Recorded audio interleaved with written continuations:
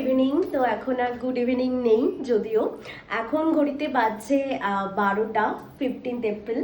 তো যাই হোক, আজকে আমার লাইফে অনেক একটা স্পেশাল দিন, কারণ আজকে হচ্ছে আমার second love anniversary and 6 year friendship.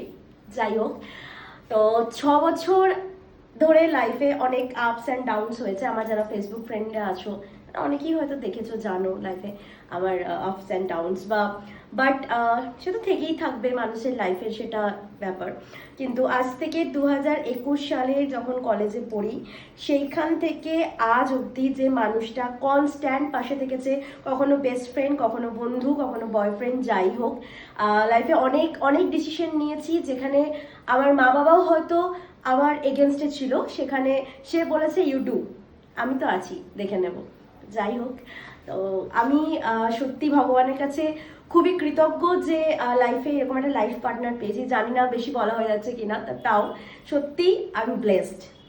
যাই হোক, তো থ্যাংক ইউ সো মাচ ভগবানকে, যেরকম কারোর সাথে আমাকে মিলিয়ে দেওয়ার জন্য। অবশ্যই ভাগ্যিস বোলপুরে গেছিলাম, ভাগ্যিস বোলপুরে দাদার কলেজে পড়তে গেছিলাম, তাই হয়তো এই মানুষকে পেয়েছি। তো ঠিক আছে, সবাই আশীর্বাদ করবেন যেন বাপি, মামুনি, আমার মা, বাবা, দাদা, বৌমনি, ছোটদি ভাই, বদ্দি ভাই, 2 বাচ্চা, মানে আমার বাড়ির ভাগ্নি, ওর ভাইজি, সবাইকে নিয়ে যেন একসাথে সারাটা জীবন খুব হাসি খুশিতে কাটাতে পারি। তো এটাই আপনাদের কাছে প্রার্থনা, সবাই আমাকে একটু আশীর্বাদ করবেন। তো যাই হোক, এখন নতুন চাকরিতেও জয়েন করেছি, নতুন নতুন অনেক কিছু হচ্ছে লাইফে, তো হবেও। আপনারা আশীর্বাদ করবেন। এখন তো মা বাবাকে ফোন করা সম্ভব নয়, কারণ তারা ঘুমিয়ে পড়েছে, অনেক রাত হয়ে গেছে, এখন 12টা 12:30 বাজছে। যদিও ভেবেছিলাম কালকেই কেক কাট করবো, বাট ঠিক আছে, কালকে আর করলাম না, আজকেই করে নিচ্ছি 12টার সময়, কারণ আমার একটা ইচ্ছে 12টার সময় কাটবো। যাই হোক, আর বাপি মামনিও ঘুমিয়ে পড়েছে, আর বর্দি ভাই ডিউটিতে আছে, ছোটদি ভাইয়ের কালকে ডিউটি আছে, তো কাউকে আর ফোন করা সম্ভব নয়, তাই আমরা দুজনাই একটু সেলিব্রেট করছি। তুই কিছু বল।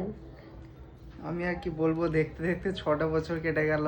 হ্যাঁ, কত ঝামেলা, কত ঝগড়া, তারপরে আবার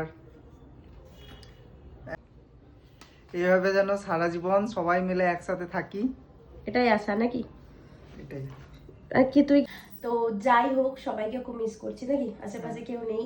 আশা করি পরের বার সবাই থাকবে, পরের বার আবার লাভ না হয়ে এমনিও অ্যানিভার্সারি হয়ে যেতে পারে, তাই তো?